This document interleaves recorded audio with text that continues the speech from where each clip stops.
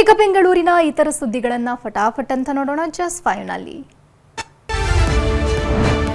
KSRTC BMTC ticket ದರ ಏರಿಕೆ ಸುಳಿವನ್ನ ಸಚಿವ ಭೈರತಿ ಸುರೇಶ್ ಕೊಟ್ಟಿದ್ದಾರೆ. 6 ಸಲ ಡೀಸೆಲ್ ದರ ಏರಿಕೆಯಾಗಿದ್ದು ಇದರಿಂದ ವಾರಕ್ಕೆ 7 ಕೋಟಿಯಷ್ಟು ಸಾರಿಗೆ ನಿಗಮಕ್ಕೆ ನಷ್ಟ ಆಗ್ತಿದೆ. ಹೀಗಾಗಿ ಟಿಕೆಟ್ ದರ ಏರಿಕೆ ಮಾಡಲೇಬೇಕಾಗುತ್ತೆ. ಟಿಕೆಟ್ ದರ ಏರಿಕೆಗೆ ಈಗಾಗಲೇ ರಾಜ್ಯ ಸರ್ಕಾರ ಅತುಲ್ ತಿವಾರಿ ನೇತೃತ್ವದ ಸಮಿತಿಯನ್ನ ರಚನೆ ಮಾಡಿದೆ. 4 ನಿಗಮಗಳಿಂದ ಮಾಹಿತಿ ಸಂಗ್ರಹ ಮಾಡಲಾಗ್ತಿದೆ. ಸಮಿತಿ ವರದಿ ಬಳಿಕ ದರ ಏರಿಕೆ ಕುರಿತು ತೀರ್ಮಾನ ತೆಗೆದುಕೊಳ್ಳಲಾಗುತ್ತೆ ಅಂತ ಸಚಿವರು ಹೇಳಿದ್ದಾರೆ. ನೋಡಿ, ನಾವು ಯಾವಾಗ ಪರಿಷ್ಕರಣೆ ಮಾಡಿದ್ವಿ ಬಸ್ ಫೇರ್ದು ಟಿಕೆಟ್ ದರ, ಅದಾದಮೇಲೆ 6 ಸರಿ ಡೀಸೆಲ್ ರೇಟ್ ಜಾಸ್ತಿ ಆಗಿದೆ, ಪೆಟ್ರೋಲ್ ರೇಟ್ ಜಾಸ್ತಿ ಆಗಿದೆ, ಆಯಿಲ್ ರೇಟ್ ಜಾಸ್ತಿ ಆಗಿದೆ. ನಾವು ಪರಿಷ್ಕರಣೆ ಮಾಡಲೇ ಇಲ್ಲ, ನಾವು ಅದೇ ಹಳೆ ರೇಟಲ್ಲೇ ಕೊಡ್ತಾಯಿದ್ದೀವಿ. ಒಂದು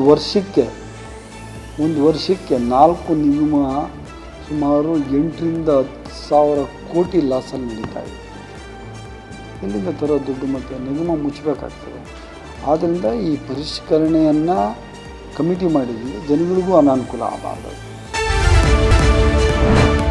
ಪದವಿ ಪೂರ್ವ ಕಾಲೇಜುಗಳು ಮೇ 25ರಿಂದಲೇ ಆರಂಭವಾಗಿವೆ. ಕಾಲೇಜು ಆರಂಭವಾಗಿ 3 ತಿಂಗಳು ಕಳೆದರೂ ಸರ್ಕಾರ ಉಚಿತ ಪಠ್ಯ ಪುಸ್ತಕಗಳನ್ನು ನೀಡಿಲ್ಲ.